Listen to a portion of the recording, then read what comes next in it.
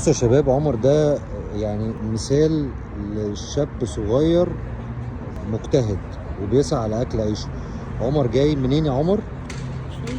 جاي من الفيوم مخصوص للقاهره، بيبيع شرابات علشان يجيب العلاج لابوه، علشان ابوه بيغسل كلى. شايفين قد ايه الجمال؟ عندك كام سنه؟ عندي 12. 12 سنه؟ ما شاء الله عليك. انت بتبيع ايه بقى؟ وريني.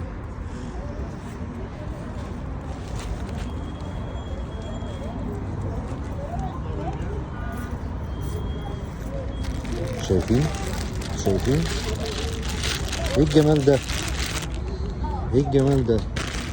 واحد بكام بقى؟ عشان خاطرك انت 50. التلاتة ب50. انا هاخدهم منك، بس عاوزك تشتغل اكتر وتسعى اكتر، عشان الشغل مش عيب، وتحط في دماغك ان انت في يوم من الايام هتوصل. صح كده؟ وتذاكر. انت في مدرسة؟ بجد؟ في سنة كام؟ داخل اولى اعدادي. اولى اعدادي؟ جدع.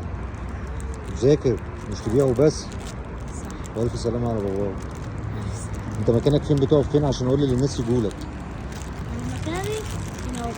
بيجي. بصوا يا جماعه، احنا دلوقتي في شيل اوت اللي عند الرحاب، يعني عند الصينيه بتاعه الرحاب، الصينيه اللي هي الاسدين، من عند بوابه 6 وانت جاي من عند بوابه 6 كده، وبوابه 13 بيقابلك الصينيه اللي هتستلم منها طريق الايه؟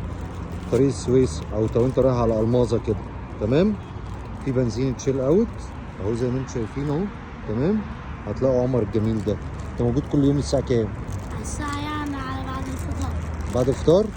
انت جميل وانا بحبك. بس